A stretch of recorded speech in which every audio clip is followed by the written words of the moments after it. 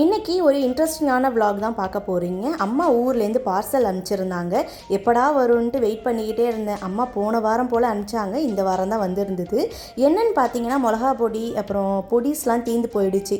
பொடி மீன் இந்தமாதிரி தூள்லாம் தீர்ந்து போயிடுச்சு. தனியாத்தூள், அப்புறம் மிளகா பொடி, இட்லி பொடி, அப்புறம் குழம்புக்கு தேவையான பொடி எல்லாமே தீர்ந்து போயிடுச்சு. நான் தனியாக இருக்கும்போது அரைச்சிக்கலாம். இப்போ பேபியை வச்சுக்கிட்டு என்னால் சுத்தமாக இதெல்லாம் அரைக்க முடியாது. அதனால் அம்மா ஊர்லேருந்தே அனுப்பிச்சி விடுறேன் அப்படின்னு சொல்லியிருந்தாங்க. அப்புறம் தம்பிக்கு கொஞ்சம் திங்ஸ் எல்லாமே அனுப்பிச்சி விட்டுருந்தாங்க. சோப்பு, ஆயில் எல்லாமே இங்கே கிடைக்கும். இருந்தாலுமே அம்மா அனுப்பிச்சி விடுறேன் அப்படின்னு சொன்னாங்க. சரி ஓகே அனுப்பிச்சி விடுங்க அப்படின்னு சொல்லியிருந்தேன். அவங்களும் அனுப்பிச்சி விட்டுருந்தாங்க. என்னென்னு பார்க்கலாம் வாங்க. பொட்டியை பிரிக்கும் போதே அவன் பிரிக்கவே விடலை. என்ன இருக்கும்ன்ட்டு ஆர்வமாக பார்த்துட்டே இருந்தான். எடுத்தோடனே அவனுக்கு டாய்ஸ் தான் இருந்துச்சு. சரி ஓகே அவனுக்கு கொடுத்துருவோம் அப்படின்னு சொல்லிட்டு கொடுத்துட்டு நவுருவான்னு பார்த்தா நவுறவே இல்லை. சரி நாம் 1 by 1 எடுப்போம் அப்படின்னு சொல்லிட்டு எடுத்துகிட்டு இருந்தோம். கொஞ்சம் திங்ஸ் எல்லாம் எனக்கு தேவைப்பட்டிருந்தது. பான்ஸ் பவுடர்லாம் தீர்ந்து போயிடுச்சு. இங்கேயும் கிடைக்கும், இருந்தாலும் அம்மா போட்டு விடுறேன்னு சொன்னாங்களா, சரின்ட்டு அதையும் அப்படியே எடுத்துட்டேன். அப்புறம் ஹஸ்பண்டுக்கு கொஞ்சம் இன்னரு, அப்புறம் பெருங்காய கட்டியாக கொடுங்கம்மா அப்படின்னு சொல்லியிருந்தேன். ஸோ அவங்க அதெல்லாமே கொடுத்து அனுப்பிச்சிருந்தாங்க. 2 கட்டி மட்டும் போடுங்கன்னு. ஸோ அவங்களும் அதை அனுப்பிச்சிருந்தாங்க. என்னோடய மாமியாரும் எனக்கு புளிலாம் அனுப்பிச்சிருந்தாங்க. அம்மா பார்சல் அனுப்புகிறாங்க அப்படின்னு சொன்னாங்க. ஸோ நானும் புளியெல்லாம் கொடுத்து அனுப்புகிறேம்மா. புளி எல்லாமே தீர்ந்து போயிடுச்சு. இங்கே வாங்குகிற புளி எனக்கு திருப்தியாகவே படலை. அது ஒரு மாதிரி கரைச்சோம்னா மண் மாதிரி போயிட்டுருக்கு. இருந்தாலுமே நம்ம ஊர்லேருந்து எல்லாமே கொண்டு வரும்போது கொஞ்சம் நல்லாயிருக்கும் அப்படின்ட்டு ஃபீல் ஆகுது. அதனால் சரின்ட்டு புளியெல்லாம் கொடுத்து அனுப்பிச்சிருந்தாங்க அம்மாவும். அப்புறம் மாமியாரும் கொஞ்சம் தம்பிக்கு திங்ஸ் எல்லாம் அனுப்பிச்சிருந்தாங்க. என்னது சொல்லுவாங்களே என்னமோ தீனி உண்டை, அப்புறம் நிறைய பிஸ்கெட்டு அதெல்லாமே கொடுத்து அனுப்பிச்சிருந்தாங்க. சரி ஆசையாக கொடுக்குறாங்களேன்னு சொல்லிட்டு அம்மாவும் அதில் பேக் பண்ணி கொடுத்து அனுப்பிச்சிருந்தாங்க. அப்புறம் நிறைய தின்றதுக்கு தான் அம்மா கொடுத்து அனுப்பிச்சிருந்தாங்க. வேண்டான்னு சொல்லியிருந்தேன். அவங்க கேட்கல, சாப்பிடுங்க நல்லாயிருக்கும் அப்படின்னு சொல்லிட்டு. தம்பிக்கு பால் முறுக்குனா ரொம்ப இஷ்டம். ஸோ அதுதான் அவங்க நிறையா கொடுத்து அனுப்பிச்சிருந்தாங்க. அவனும் அதை வச்சு சாப்பிட்டு நல்லா என்ஜாய் பண்ணிகிட்டு இருந்தான். அப்புறம் பார்த்தீங்கன்னா புளி எங்கள் மாமியார் கொஞ்சம் கொடுத்து அனுப்பிச்சிருந்தாங்க. ஒரு 2.5 கிலோ கிட்ட.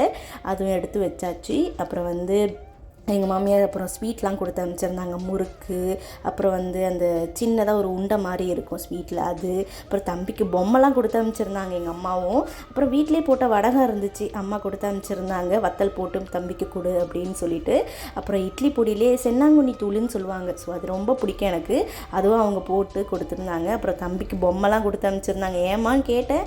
அவங்க இல்லை இருக்கட்டும் விளையாடட்டும் அப்படின்னு சொல்லிட்டு அதிலே வச்சு அனுப்பிச்சாங்க பார்சல்லே. அப்புறம் பேட்டு வத்தல், அப்புறம் சக்கரை வத்தல் அதெல்லாமே அனுப்பிச்சிருந்தாங்க. பெருங்காய கட்டியாக கேட்டிருந்தேன். ஸோ அதனால் அவங்களும் அதை கரெக்டாக ஞாபகமாக போட்டிருந்தாங்க. அப்புறம் கஸ்தூரி மஞ்சள் கேட்டிருந்தேன். ஸோ மூஞ்செல்லாம் ஃபேஸ் பேக் மாதிரி போடலாம், அப்பயுமே போடுவேன்.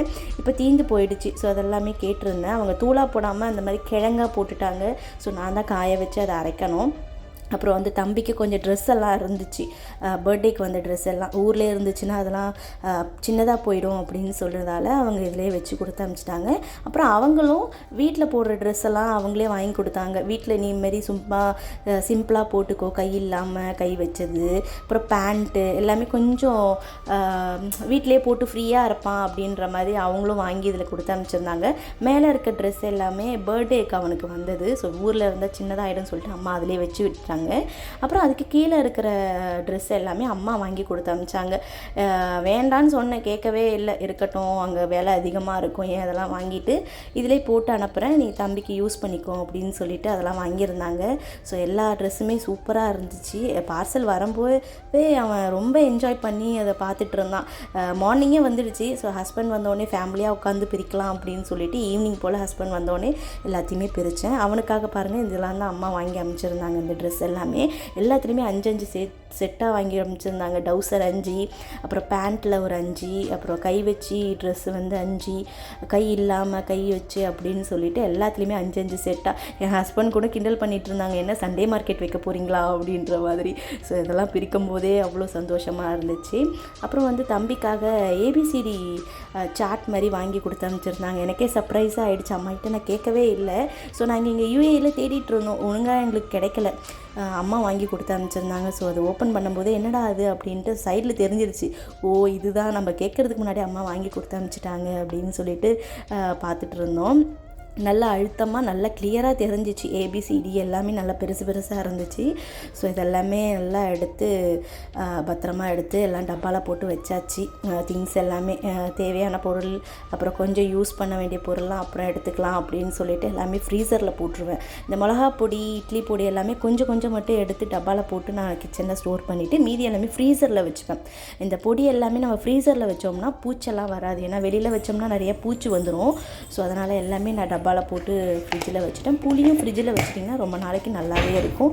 அவ்வளோதான் ஃப்ரெண்ட்ஸ். என்னோடய vlog உங்களுக்கு பிடிச்சிருந்தால் லைக் பண்ணுங்கள், ஷேர் பண்ணுங்கள், மறக்காமல் சப்ஸ்கிரைப் பண்ணுங்கள் ஃப்ரெண்ட்ஸ். இன்னொரு இன்ட்ரெஸ்டிங்கான vlogல பார்க்கலாம். அது வரைக்கும் பாய்.